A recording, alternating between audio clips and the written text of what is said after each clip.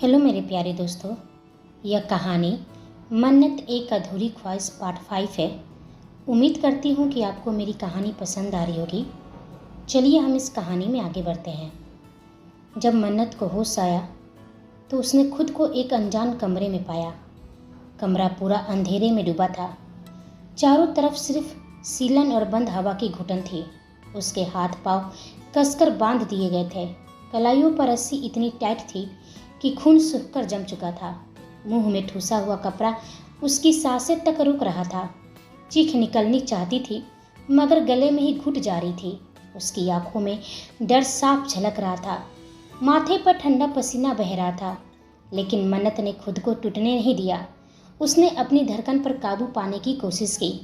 धीरे धीरे गर्दन घुमाई और चारों तरफ टटोलने की कोशिश की, और तभी उसके कानों में किसी की दबे स्वर में सिसकियों की आवाज़ पड़ी। उसने ध्यान लगाया और उसकी आंखें चौड़ी रह गई। वह अकेली नहीं थी। उस कमरे में और भी लड़कियां थीं। कुछ बिल्कुल बेसुध पड़ी थी, कुछ बंधनों में तड़प रही थी, तो कुछ बस सिसक रही थी। मन्नत का दिल जैसे सीने से बाहर आ गया हो। उसका पूरा शरीर सुन्न पड़ गया। हे भगवान, मैं कहाँ फंस गई हूँ और ये सब लड़कियाँ कौन हैं? तभी पंखुरी ने उसे झकझोरा तो मन्नत अपने ख्यालों की दुनिया से बाहर आई। क्या हुआ तुझे मन्नू? तू कहाँ खो गई थी? मन्नत का पूरा जिस्म कांप रहा था, सांसें बेकाबू थी। पंखुरी ने उसकी हालत देख हैरानी से पूछा, मन्नत, तू इतनी डरी हुई क्यों लग रही है? तेरी सांसें इतनी भारी क्यों हो गई है? मन्नत ने जल्दी जल्दी खुद को संभाला, जैसे कोई सच छुपाने की कोशिश कर रही हो। हल्की सी हंसी उड़कर बोली, अरे नहीं पंखु, ऐसा कुछ भी नहीं है, बस बहुत तेज भूख लगी है। भूख के मारे शरीर कमजोर लग रहा है। पंखुरी ने शक भरी नजरों से उसे देखा। वह जानती थी कि उसकी मन्नू यूं झूठी बातें बनाकर टालने वाली नहीं थी। सच बता, कुछ छुपा तो नहीं रही है ना? मन्नत ने उसकी आंखों में देखा और हल्के से मुस्कुराते हुए बोली, नादान पंखु, तू भी ना ऐसा कैसे सोच लिया कि मैं तुझसे कुछ छुपाऊंगी? चल पहले कुछ खा लेते हैं, उसके बाद सोचेंगे कि क्या करना है। उसके लहजे में मजबूरी छुपी हुई थी, पर पंखुरी ने और कुछ नहीं पूछा। मगर उसके दिल में यह बात घर कर गई कि मन्नत कुछ तो उससे छिपा रही है, कुछ तो ऐसा जो वो बता नहीं पा रही है। वो फिर बोली, रुक, मैं तेरे लिए कुछ अच्छा सा बनाती हूँ, पंखुरी ने कहा। यह सुनकर मन्नत के चेहरे पर मीठी सी मुस्कान आ गई। पंखुरी झटपट किचन में घुस गई। जल्दी जल्दी खाना बनाया और प्लेट में निकालने ही वाली थी कि मन्नत ने उससे पहले ही प्लेट पकड़ ली। वह जैसे टूट पड़ी हो खाने पर। जल्दी जल्दी कौड़ निगलने लगी, जैसे कई दिनों से भूखी हो। पंखुरी ने हैरानी से कहा, अरे धीरे खा मन्नू, ऐसा लग रहा है जैसे तुझे कभी खाना ही नहीं मिला हो। मन्नत ने एक पल को चुप होकर उसे देखा, फिर हल्की हंसी के साथ बोली, मिलता कहाँ था साउथ कोरिया में ऐसे इंडियन फूड, और तेरे हाथ का खाना तो मैंने बहुत मिस किया। अब प्लीज़ खाने दे तू मुझे, तू बीच में टोक मत। पंखुरी भी मुस्कुरा दी, मगर उसके दिल में चुभन सी उठी। यार मनु, क्या है ऐसा जो तू मुझे भी नहीं बता रही है? उसने मन ही मन सोचा। मन्नत ने खाना खा लिया और प्लेट साइड में रखी। अब बता, तुझे ऑफिस के लिए लेट नहीं हो रहा है क्या? उसने कैजुअली पूछा। पंखुरी ने हंसते हुए जवाब दिया, ऑफिस? पागल है क्या तू? आज तो मुझे ऑफिस जाना ही नहीं है। भूल गई क्या, आज हमें कॉलेज जाना है? यह सुनकर मन्नत का चेहरा हल्का सा उतर गया। कॉलेज? उसने धीरे से दोहराया। सप्ताह में सिर्फ 3 दिन शेखावत और राठौर खानदान के बच्चों का कॉलेज जाना तय था। वजह साफ थी, दोनों की फैमिली के बच्चे बिजनेस में पहले से ही काफ़ी जिम्मेदारियां संभाल रहे थे। पढ़ाई पूरी करना भी जरूरी था, मगर पूरा हफ्ता निकालना मुमकिन नहीं था। वैसे भी मुंबई का सबसे टॉप और नामी कॉलेज तो राठौर फैमिली का ही था, तो वहाँ जाना इनके लिए और भी आसान हो जाता था। कबीर और वेदांश कॉलेज बहुत कम जाया करते थे। जब कोई प्रोग्राम, कोई टूर्नामेंट होता या उन्हें इनवाइट किया जाता, तभी वे कॉलेज जाते। पंखुरी को अचानक कुछ याद आ गया और उसने कहा, मुझे याद आया, अभी हमें ऑफिस जाना होगा। प्लेट उठाते हुए मन्नत बोली, अभी तो तू कह रही थी कि कॉलेज जाना है और अभी ऑफिस की बात करिए। कहाँ जाना है पहले ये तो डिसाइड कर ले। पंखुरी ने हल्का सा झुंझुलाते हुए कहा, राठौर ग्रुप ऑफ डोमिनियन जाना है। मनु, तू भूल गई क्या? दोनों कंपनियों ने एक बड़ी डील साइन की थी, जिसकी लीड तू ही कर रही थी, मगर इतने वक्त से तू गायब रही। न डील फाइनल हुई और ऊपर से वीआर कंपनी ने हमारी कंपनी पर धोखाधड़ी का इल्जाम लगाकर हाई पेनल्टी ठोक दी है। उसके चेहरे पर बेबसी साफ झलक रही थी। वैभव बहुत दुखी है मन्नू, बहुत बड़ा नुकसान हुआ है उसका और हमारी कंपनी का भी। तू जल्दी से रेडी हो जा, मैं वैभव को कॉल करके वहीं बुला लेती हूँ। मन्नत के हाथ वहीं ठिठक गए, उसका दिल जैसे जोर से धड़कने लगा। वेदांश का नाम सुनते ही उसके चेहरे पर एक हल्का सा तनाव आ गया। होठ दबाकर उसने अपनी नजरें झुका ली। मन्नत कैसे भूल सकती थी, यह डील तो उसके लिए एक ख्वाब जैसी थी। दरअसल एक डील वेदांश की कंपनी के साथ होनी थी। यही वजह थी कि मन्नत ने वैभव से जिद करके यह प्रोजेक्ट अपने हाथ में लिया था। उसके दिल में बस यही ख्वाहिश थी कि इस बहाने वह वेदांश के करीब रह सके, शायद उसे अपने प्यार का एहसास करा सके। यह सोचते सोचते उसकी पलकें भारी हो गई थी, लेकिन उसने खुद को रोने की इजाज़त नहीं दी। वह जल्दी से वॉशरूम में जाकर रेडी होने लगी। वही वीआर कंपनी।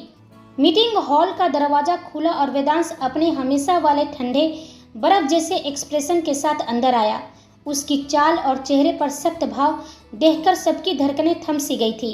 कुर्सी खींचकर बैठते ही उसने मिस्टर जॉन की तरफ सीधी नज़र डालकर कहा, mister John, I think we should cancel the deal. Miss Mannat is not available here.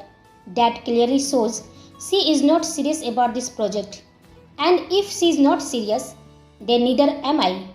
उसकी आवाज़ में किसी तरह का गुस्सा नहीं था, मगर उसकी हर लाइन एक कड़वे तीर की तरह चुभ रही थी।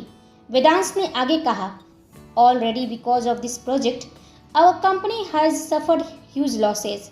आई don't have time to wait for anyone anymore. Neither do I have any interest left in this collaboration. Cancel the deal and find me a new company, one that knows how to take business seriously. Meeting room में सन्नाटा छा गया।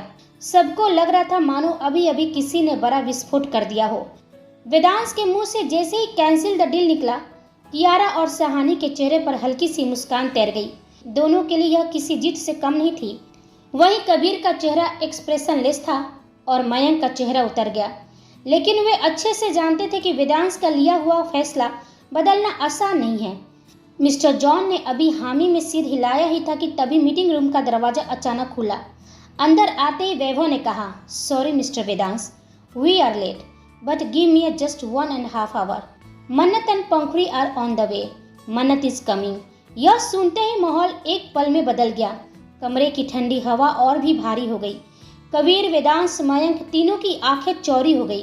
कियारा और सहानी का चेहरा जैसे पीला पड़ गया, मानो किसी ने उनके पैरों के नीचे से जमीन खींच ली हो। मन्नत आ रही है। कई महीनों बाद वो सबके सामने आने वाली थी। वेदांश का दिल जोरों से धड़कने लगा। उसका चेहरा बाहर से उतना ही ठंडा और सख्त था, मगर अंदर से उसका दिल बुलेट ट्रेन की रफ्तार पकड़ चुका था। क्या डील कैंसिल करे या उसका इंतजार, वह पूरी तरह से उलझ गया था। दिल और दिमाग दोनों अलग अलग दिशाओं में खींच रहे थे। तभी मिस्टर जॉन ने धीरे से कहा, mister Vedansh, I think we should wait, it's just 1.5 hour. कमरा फिर से सन्नाटे में डूब गया।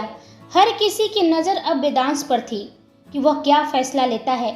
तभी चुप्पी तोड़ते हुए मयंक ने गहरी सांस लेकर कहा, वेदांश, मुझे लगता है कि हमें वेट करना चाहिए। जब हम इतने महीने इंतजार कर चुके हैं तो बस 1 घंटे की बात है। अगर उस वक्त तक भी मन्नत नहीं आई तो फिर जो तुम फैसला करोगे वही सबके लिए सही होगा। कमरे में एक पल के लिए सन्नाटा और गहरा गया। मयंक और वैभव की आंखों में उम्मीद चमक उठी, जबकि कियारा और सहानी के चेहरे पर बेचैनी साफ दिख रही थी। मिस्टर जॉन भी थोड़े रिलैक्स होकर अपनी फाइल बंद करते हुए पीछे टिक गए, जैसे उन्हें भी यह सुझाव मंजूर हो। लेकिन सबसे ज़्यादा भारी माहौल वेदांश के दिल में था। क्या सच में वह आ रही है? अगर आई तो मैं। उसके चेहरे पर कोई इमोशन नहीं था, मगर उसकी उंगलियां टेबल पर हल्के हल्के थरथरा रही थी। वेदांश ने कुछ सेकंड तक सबको देखा, फिर धीमी ठंडी आवाज में बोला, ठीक है, वेट करेंगे। उसकी बात सुनकर कमरे में सबने एक दूसरे की तरफ राहत की सांस लेते हुए देखा। मयंक ने अंदर ही अंदर थैंक गॉड कहा और वैभव की आंखों में हल्की सी उम्मीद की चमक उभरी। लेकिन कियारा और सहानी की उंगलियां बेचैनी में कुर्सी के हैंडल खुरचने लगी। घड़ी की सुइयां जैसे हर सेकंड चुभ रही थी। कमरे में सिर्फ टिक टिक की आवाज गूंज रही थी। हर किसी का दिल अपनी अपनी धड़कनों में उलझा हुआ था। थोड़ी देर बाद जब मन्नत वॉशरूम से बाहर आई तो उसकी नज़र अपने कमरे में दो क्लोजेट्स पर पड़ी। पहला क्लोजेट जिसमें ढेरों कपड़े टंगे थे, वो कपड़े उसकी पसंद के कभी नहीं थे, मगर उसने उन्हें बार बार खरीदा, पहना सिर्फ इसलिए कि वेदांश को वे कपड़े पसंद थे। वह अक्सर वही कपड़े पहनकर उसके सामने जाती, इस उम्मीद में कि शायद एक बार तो उसकी तरफ नजर उठेगी। लेकिन वेदांश ने कभी उसे देखने की भी जहमत नहीं उठाई। उसकी नज़र पास रखे दूसरे क्लोजेट पर गई। वह क्लोजेट उसका अपना था, जिसमें सिर्फ उसकी खुद की पसंद के कपड़े थे। एक पल को उसकी उंगलियां हल्के से कांपी, फिर उसने धीरे से उसे खोला। अंदर से उसने एक ब्लैक कलर की हल्की सी साड़ी निकाली। साड़ी पहनना हमेशा से मन्नत की कमजोरी रहा था। वह एक एड एजेंसी में काम करती थी तो अक्सर साड़ी पहनकर ही जाती थी। उसे लगता था कि साड़ी पहनने से वो और आत्मविश्वासी लगती है, मगर वेदांश को साड़ियाँ बिल्कुल पसंद नहीं थी। यही वजह थी कि उसने अपने असली शौक को दबा दिया और सालों से कभी उन साड़ियों को हाथ तक नहीं लगाया। लेकिन आज उसने ठान लिया था कि वह वही पहनेगी जो उसे अच्छा लगे। उसने वही साड़ी पहनी, चेहरे पर हल्का सा मेकअप किया, होठों पर बेबी पिंक लिपस्टिक लगाई और जब आईने में खुद को देखा, साड़ी में उसका फिगर कमल सा खिल रहा था। चेहरा किसी ताजे गुलाब की तरह दमक रहा था, जैसे वह खुद को पहली बार देख रही हो। आईने के सामने खड़ी होकर उसने गहरी सांस ली और खुद से सीरियस अंदाज में बोली, यह तू है मन्नत। एक समय था जब तूने खुद को उस इंसान के लिए बदल दिया था जिसने तुझसे मोहब्बत करना तो दूर, तेरे लिए जरा सी सहानुभूति भी महसूस नहीं की। तुझे मेकअप करना कभी पसंद नहीं था, लेकिन उसके लिए तूने डार्क मेकअप करना शुरू किया। वो डार्क शेड्स जो तेरे चेहरे पर कभी जचे ही नहीं, तूने सिर्फ इसलिए अपनाया क्योंकि कियारा उन मेकअप्स में खूबसूरत लगती थी और तूने सोचा शायद वेदांश उसे सिर्फ उसी वजह से चाहता है। कितनी पागल थी ना मैं। उसके करीब आने के लिए, उसके ध्यान के लिए मैंने खुद को खो दिया। लेकिन अब नहीं, अब मैं किसी के लिए नहीं बदलूंगी। ना मोहब्बत बची है और ना ही अब किसी का इंतज़ार। अब बस मैं हूँ और सिर्फ मैं ही। उसकी आंखों में नमी थी, मगर इस बार वो आंसू कमजोरी की नहीं बल्कि खुद को दोबारा पा लेने की ताकत के थे। जैसे ही मन्नत कमरे से बाहर निकली, पंखुड़ी उसकी ओर देखती ही रह गई। ओ मेरी जान, तू तो गजब ढा रही है। पंखुड़ी ने आंखें चौड़ी करते हुए कहा, मैं हमेशा कहती थी ना, तुझ पर डार्क मेकअप बिल्कुल सूट नहीं करता। देख, बिना मेकअप के तू कितनी नेचुरल, कितनी मासूम और कितनी खूबसूरत लग रही है। मन्नत ने हल्की से स्माइल दी और आंखें रोल करते हुए बोली, चल भी, वरना जिस तरह से तू मेरी तारीफ की पुल बांध रही है ना, मुझे सच में चक्कर आने लगेंगे। पंखुड़ी ने उसकी कलाई पकड़कर हौले से दबाई और बोली, नहीं सच में, तेरी खूबसूरती ऐसी लग रही है जैसे कोई परी आसमान से उतरकर इस धरती पर आई हो। पहले से भी कहीं ज़्यादा चमक रही है तू। मन्नत ने हौले से उसका हाथ थामा और दोनों साथ में बाहर निकल गई। कुछ देर बाद उनकी कार सीधे वेदांश की कंपनी की बिल्डिंग के सामने आकर रुकी। वह बिल्डिंग गगनचुंबी शानो शौकत का प्रतीक, लेकिन मन्नत के लिए वही बिल्डिंग किसी काले साए की तरह थी। कार का दरवाजा खोलते ही उसके कदम जैसे भारी हो गए। हर कदम उसे उसके अतीत की याद दिला रही थी। कैसे भूल सकती हूँ मैं, उसने सोचा। यही इस ऑफिस में उसने अपनी सबसे बड़ी बेइज्जती सही थी। हर बार जब भी वो यहाँ आई, स्टाफ्स ने उसका मजाक उड़ाया, इंसल्ट किया, लेकिन वेदांश जिसके लिए वो यहाँ आती थी वो कभी उसके लिए खड़ा नहीं हुआ, बल्कि उल्टा उसने खुद देखा था कि वेदांश चुपचाप उनके तानों को सुनता रहा, मानो सब सही हो। वो दिन जब उसका नाम चिपकू बन गया था, जब उसकी जबरदस्ती की मोहब्बत सबको बोझ लगने लगी थी। उसका रूखा बर्ताव, उसकी अजीब सी जिद सबको नापसंद थी, लेकिन उसे फर्क नहीं पड़ता था। वो तो बस अंधी थी वेदांश के लिए। जैसे जैसे मन्नत कदम आगे बढ़ा रही थी, वैसे वैसे उसके कानों में वही पुराने ताने गूंज उठे, देखो देखो फिर आ गई है, कितनी बेशरम है ना, अपने ही बहन के होने वाले हस्बैंड पर डोरे डालती है। हमारे बॉस तो इसको पसंद करना तो दूर, देखना तक नहीं चाहते, फिर भी यह हर बार मुंह उठाकर चली आती है। कहाँ फर्क पड़ता था मुझे किसी की तानों से। तेरे प्यार में इतनी अंधी थी कि खुद को कितनी बार जलील कर लिया, लेकिन अब नहीं। अब मैं वही बेबस मन्नत नहीं हूँ। उसकी पलकें भीग आई थी, पर उसने खुद को कमज़ोर नहीं पड़ने दिया। झटके से उसने अपने चेहरे पर रेड गॉगल्स लगा लिए। गॉगल्स ने उसके लुक में एक अलग ही चार्म भर दिया। जहाँ पहले सिर्फ उसकी मासूमियत और मजबूरी दिखती थी, अब वहाँ कॉन्फिडेंस और अट्रैक्शन दोनों झलक रहे थे। पंखुड़ी उसके साथ थी, मगर मानो पूरी भीड़ सिर्फ मन्नत को ही देख रही हो। कुछ सेकेंड के लिए तो पूरे हॉल का शोर थम सा गया। कई महीनों बाद लोग उसे देख रहे थे, लेकिन यह वही पुरानी मन्नत नहीं थी, यह बिल्कुल बदल चुकी थी। स्टाफ्स आपस में फुसफुसाने लगे, अरे यह तो मन्नत है ना, यकीन नहीं होता है, यह कितनी बदल गई है। आज तक इसकी खूबसूरती किसी ने देखी ही नहीं थी। फिर वही पुराने ताने भी गूंजे, चलो आज फिर से एंटरटेनमेंट मिलेगा, फिर से यह हमारे बॉस से चिपकेगी और हमारे बॉस इसकी बेइज्जती करेंगे, आज मजा आएगा। मन्नत को चारों ओर से आ रही ताने साफ साफ सुनाई दे रही थी। पंखुड़ी उनके शब्दों से झुंझला तो रही थी, मगर मन्नत के चेहरे पर जरा भी बदलाव नहीं आया था। वह बिना किसी प्रतिक्रिया के बस पंखुड़ी की कलाई थामे सीधे मीटिंग हॉल की ओर बढ़ गई। अंदर का माहौल तनावपूर्ण था। तभी वेदांश ने अपनी ठंडी और गहरी आवाज में कहा, मिस्टर जॉन, अब हमें किसी और का इंतजार करने की जरूरत नहीं है। इतना ही वेदांश ने कहा था कि अचानक दरवाजा खुला। दरवाजा खुलते ही मानो हवा का रंग बदल गया हो। सबकी नजरें दरवाजे की ओर मुड़ गई और पल भर को सबके दिल थम से गए। दरवाजे पर खड़ी थी मन्नत और उसके साथ पंखुड़ी, लेकिन नजरें सिर्फ और सिर्फ मन्नत पर टिक गई। ब्लैक शिफॉन साड़ी में लिपटी मन्नत बेमिसाल खूबसूरत लग रही थी। उसका कर्वी फिगर साड़ी में और भी निखर आया था। महीनों बाद उसे देख रहे सभी लोग दंग रह गए थे। यह वही पुरानी मन्नत नहीं थी, यह तो एक नए आत्मविश्वास और शालीनता से भरी महिला थी। कियारा, जो खुद को ऑफिस की सबसे आकर्षक मानती थी, पहली बार मन्नत की खूबसूरती से डर गई। उसके चेहरे पर साफ जलन झलक रही थी। वही सहानी तो इतना हैरान हुई कि उसका मुंह खुला का खुला रह गया। कियारा और सहानी ने एक दूसरे की ओर देखा और दोनों के चेहरे पर घबराहट साफ थी। मन्नत अपने आत्मविश्वास भरे कदमों से आगे बढ़ी। ऐसे अंदर से उसका दिल बहुत तेज धड़क रहा था, लेकिन उसने अपनी नर्वसनेस अपने चेहरे पर आने नहीं दिया। कबीर के चेहरे पर एक हल्की मुस्कान आ गई।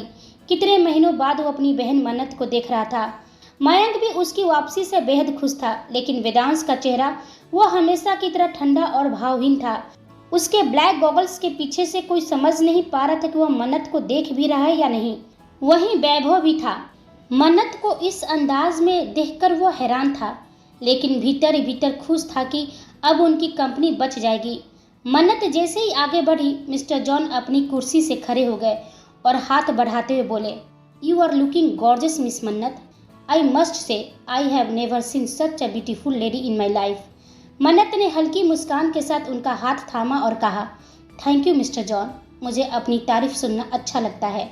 फिर वो आगे बढ़ गई। उसकी नज़र ना तो वेदांश पर पड़ी और ना ही कबीर पर। उसने पूरी तरह से उन्हें नज़रअंदाज कर दिया। कमरे में मौजूद सब लोग हैरान रह गए। सबको पता था कि पहले वाली मन्नत तो वेदांश को देखते ही दौड़कर उसके गले लगने की कोशिश करती, लेकिन आज वो अलग थी, बिल्कुल बदल चुकी थी। पंखुड़ी भी इस बदलाव को देखकर दंग रह गई, मगर अंदर से बेहद खुश थी कि आखिरकार मन्नत ने कई महीनों बाद ही सही खुद को संभाल लिया था। कबीर उठने ही वाला था। वह चाहता था कि वो मन्नत से बात करे, मगर मीटिंग का माहौल पूरी तरह से प्रोफेशनल था, इसलिए उसने अपने जज्बातों पर काबू रखा। कुछ ही देर में मन्नत ने पेपर साइन कर दिए। मिस्टर जॉन ने खड़े होकर कहा, कॉन्ग्रेचुलेसन मिस मन्नत, अब आप इस प्रोजेक्ट पर काम शुरू कर सकती हैं। Now I may leave. यह कहकर मिस्टर जॉन बाहर निकल गए। मीटिंग रूम में अब सिर्फ वेदांश, कबीर, मयंक, कियारा, सहानी और पंखुड़ी थे। वहीं मिस्टर जॉन के साथ कुछ फॉर्मेलिटी के लिए जाने की वजह से बाकी लोग बाहर चले गए। तभी मयंक अचानक तेज कदमों से आकर मन्नत के सामने खड़ा हो गया। उसकी आंखों में राहत और खुशी साफ झलक रही थी। वह पूछा, मन्नू कहाँ थी तुम? पता है हमने तुम्हें कितना मिस किया है। मयंक के इस सवाल पर वहाँ सभी की नज़रें मन्नत पर टिक गई। सभी के मन में यही सवाल था कि इतने महीने तक वह कहाँ थी। लेकिन मन्नत ने हल्की मुस्कान दी, लेकिन उसमें पहले जैसी मासूमियत नहीं थी, बल्कि गहराई थी। हम तो यही थे मिस्टर मयंक, शायद आपने ही कभी ध्यान नहीं दिया। उसका ऐसे जवाब देना वहाँ सभी को हैरानी में डाल दिया। वेदांश की नज़रें उस पर गहरी हो गई थी, लेकिन चेहरा एक्सप्रेशनलेस था। उसके दिमाग में अभी क्या चल रहा है यह सिर्फ वही जानता था। मयंक उसकी आंखों में देखते देखते खो सा गया। फिर बोला, कोई बात नहीं, तुम मुझे फिलहाल जवाब नहीं देना चाहती हो तो फिर कभी। लेकिन सच कहूँ, आज तुम इतनी खूबसूरत लग रही हो जैसे खुद जन्नत से कोई परी उतर आई हो। मन्नत उसकी बात सुनकर हल्का सा हंसी और मजाकिया लहजे में बोली, खूबसूरत तो हम पहले भी थे मिस्टर मयंक, पर क्या करें, आपकी नज़रों ने हमें और भी खूबसूरत बना दिया। दोनों की हल्की हंसी से माहौल में एक क्षण के लिए गर्माहट आ गई, लेकिन उस हंसी के पीछे एक और नज़र थी। वेदांश ब्लैक गॉगल्स के पीछे उसकी आंखें बस मन्नत पर ही टिकी हुई थी। वो अपने गुस्से को छुपाने की कोशिश कर रहा था, पर उसकी मुठ्ठियां कस चुकी थी। उसके लिए यह नज़ारा असहनीय था। वही मन्नत जो पहले उसे देखकर टूट पड़ती थी, आज एक नज़र तक नहीं डाल रही थी। वह वहाँ सबके बीच मौजूद था, फिर भी मन्नत के लिए जैसे वो वहाँ है ही नहीं। उसकी मुठ्ठियां अनजाने में ही भींच गई थी। उसे आज पहली बार मन्नत का नज़रअंदाज करना बिल्कुल बर्दाश्त नहीं हो रहा था कि वह उसे इग्नोर कर किसी और से हंसकर बात कर रही हो। तभी मन्नत ने पंखुड़ी से कहा, पंखुड़ी चलो, हमें देर हो रही है। जैसे ही दोनों बढ़ने लगे, कियारा अचानक दौड़ी और मन्नत को कसकर गले लगा लिया और बोली, कहाँ थी तुम मन्नू? हमने तुम्हें सच में बहुत मिस किया है। सब घर में तुम्हें याद कर रहे हैं। चलो ना घर। मन्नत ने गहरी ठंडी नज़रों से कियारा को देखा और धीमे पर चुभते शब्दों में कहा, मिस कियारा, आप शायद भूल रही हैं जिस घर को आप मेरा घर कह रही हैं, उस घर से मेरा रिश्ता बहुत पहले ही टूट चुका है, और अगर उन्हें मेरी परवाह होती भी तो अब मुझे कोई फर्क नहीं पड़ता है। यह सुनते ही वहां सन्नाटा छा गया। सबकी सांसें थम गई। मन्नत से ऐसे जवाब की उम्मीद किसी को नहीं थी। बिल्कुल फॉर्मल तरीके से वह सबको रिप्लाई कर रही थी। तभी कबीर अपने चेयर से उठ खड़ा हुआ और तेजी से मन्नत के पास आकर बोला, बस बहुत हुआ मन्नू, ऐसे अजनबियों की तरह बिहेव क्यों कर रही हो? सब जानना चाहते कि तुम इतने महीने कहाँ थी। क्या तुम्हें हमारी फिक्र नहीं हो रही थी कि हम सब यहाँ तुम्हें लेकर कितना परेशान हो रहे होंगे? खैर अब चलो घर। सब वहाँ बहुत परेशान हैं, जानना चाहते हैं कि इतने दिनों से तुम कहाँ थी। मन्नत ने उसकी ओर देखा भी नहीं। हालांकि उसकी आंखें भर आई थी, लेकिन गॉगल्स लगाने की वजह से किसी को दिखी नहीं। वह बस गहरी सांस ली, जैसे खुद को सहज कर रही हो बोलने से पहले, और फिर नजरें फेरते हुए बोली, प्लीज़ मिस्टर कबीर, हम किसी से बहस करने में इंटरेस्टेड नहीं हैं, और हाँ, हमारा आपसे या आपकी फैमिली से कोई रिश्ता नहीं है, सिवाय दादाजी और आपकी पत्नी पंखुड़ी के। सब स्तब्ध रह गए, यहाँ तक कि पंखुड़ी भी चौंक गई। वो धीमे स्वर में बोली, क्या तूने उन्हें मिस्टर कबीर कहा? मन्नत ने शांत भाव से सिर हिलाई और बोली, हाँ, और आदत नहीं है अपनी बात दोहराने की। वह मुड़ गई और पंखुड़ी से बोली, अब चलेगी, देर हो रही है। कबीर जड़ हो गया था। आज पहली बार मन्नत ने उसे भाई नहीं बल्कि सीधे कबीर नाम लेकर पुकारा था, और यह बदलाव सबको हिलाकर रख गया। मन्नत और पंखुड़ी वहां से निकल गई। उनके जाते ही मीटिंग हॉल का माहौल जैसे थम सा गया था। कबीर तो जैसे सदमे में था। वह बहन जो कभी उसे भाई भाई कहते थकती नहीं थी, जो कबीर के प्यार और स्नेह के लिए सब कुछ कर गुजरती थी, आज उसी ने उसे पूरी तरह से नज़रअंदाज कर दिया था। कबीर अपनी दोनों बहनों से बेहद प्यार करता था, लेकिन हालात और वक्त ने मन्नत और उसके बीच ऐसी दूरियां खड़ी कर दी थी जिन्हें वह चाहकर भी नहीं मिटा पाया। सच तो यह था कि अतीत में मन्नत की हरकतों ने ही सबको उससे दूर धकेल दिया था, पर आज उसका यह बदला हुआ रूप देख सबकी जुबान सिल गई थी। सन्नाटे को तोड़ते हुए मयंक ने कहा, गाइस, कोई कुछ बोलेगा? इतने हैरान क्यों हो तुम सब? वैसे भी तुम सब तो मन्नत से हमेशा दूर ही रहते थे, खासकर वेदांश। यह सुनते ही वेदांश की नज़रें अचानक मयंक पर गहरी हो गई। उसकी ठंडी आंखों में पल भर के लिए एक चिंगारी सी चमकी। हाँ, नया तो यही था कि इस बार मन्नत ने वेदांश को पूरी तरह से अनदेखा कर दिया। क्यों बॉस? उधर मन्नत तेज कदमों से बाहर निकल रही थी, मानो उस जगह पर उसे घुटन हो रही हो। पंखुड़ी भी हैरान थी। वह चलते चलते बस मन्नत को देख रही थी। मन्नत ठहरकर ऑफिस के स्टाफ्स को देखती है जो अजीब नज़रों से उसे ही घूर रहे थे। वह सरकास्टिक तरीके से बोली, क्या हुआ? आज तुम सबको कोई नया ड्रामा देखने को नहीं मिला? So sad. अब यहाँ पर कोई नई एंटरटेनमेंट नहीं होगी, इसलिए तुम सब अब अपने काम पर ध्यान दो। फिर पंखुड़ी से बोली, क्या बात है पंखु, तुम मुझे ऐसे क्यों घूर रही है? आखिर पंखुड़ी भी हिम्मत करके पूछ ही लिया। सवाल तो हमें तुमसे करने चाहिए कि क्या बात है। देख, जो भी हुआ हम उससे बहुत खुश हैं। तूने सबको बिल्कुल सही जवाब दिया, लेकिन एक बात समझ नहीं आई, कबीर के साथ तूने ऐसे अजनबी जैसा बर्ताव क्यों किया? मन्नत के चेहरे पर हल्की सी स्माइल आई और फिर बोली, ओ, अपने पति के लिए प्रोटेक्टिव हो रही है, अच्छी बात है। लेकिन पंखु, मेरा किसी से कोई रिश्ता नहीं है सिवाय तुमसे और दादाजी से, और प्लीज़ मैं इस टॉपिक पर दोबारा बात नहीं करना चाहती। पंखुड़ी ने उसकी आंखों में झांका और जैसे कुछ और ही कहना चाह रही हो। फिर मन्नत झेपकर बोली, अब क्या तुम मुझे ऐसे ही टुकुर टुकुर देखती रहेगी या अब यहाँ से चलना भी है? लेकिन तभी पंखुड़ी अचानक बोली, ओह शिट, मैं पेपर्स कॉन्फ्रेंस रूम में ही छोड़ आई हूँ। तू पार्किंग एरिया में इंतजार कर, मैं अभी लेकर आती हूँ। पंखुड़ी पेपर्स लेने के लिए कॉन्फ्रेंस रूम में चली गई। वही मन्नत तेज कदमों से पार्किंग एरिया में आ पहुंची। जैसे ही उसने कार के पास आकर रुकने की कोशिश की, उसकी सारी हिम्मत टूट गई। उसने अपने चेहरे से गॉगल्स उतारे। उसकी आंखें पूरी तरह से आंसुओं से भींगी हुई थी। उसके हाथ कांप रहे थे, उंगलियां खुद को कसकर काट रही थी, जैसे दर्द को दबाने की कोशिश कर रही हो। वह मुश्किल से अपने होठ खोल पाई। धीमे स्वर में टूटी सी आवाज निकली, नहीं नहीं मनु, तू ऐसे नहीं टूट सकती, खासकर उनके सामने जिनसे तुम्हारा खून का रिश्ता है। नहीं, बिल्कुल नहीं। उसकी सांसें तेज हो गई। वह सिसकते हुए फुसफुसाई, क्यों भाई, अगर आप चाहते तो मुझे ढूंढ सकते थे ना, पर आपने कभी कोशिश ही नहीं की होगी। क्यों? क्या आपका प्यार हमेशा से कियारा के लिए ही था? क्या मैं आपके लिए कभी मायने ही नहीं रखती थी? आंसुओं से उसकी नज़र धुंधली हो गई, लेकिन वह रुक नहीं पाई। आपको तो ये भी नहीं पता होगा कि मैं किस हालात से गुजरी हूँ, किस किस तकलीफ को सहा है मैंने। अगर आप मुझे ढूंढ लेते वक्त पर तो शायद मैं। कहते कहते वह चुप हो गई और फिर बोली, लेकिन आपके लिए तो सिर्फ कियारा ही सब कुछ थी, और मैं तो कभी आपकी नज़र में आई ही नहीं। उसकी आवाज़ टूट गई थी। वो सीने पर हाथ रखकर जमीन की ओर देखती रही। इसलिए अब आपसे भी मेरा कोई रिश्ता नहीं रहा, किसी से भी नहीं, किसी से भी मेरा कोई रिश्ता नहीं है।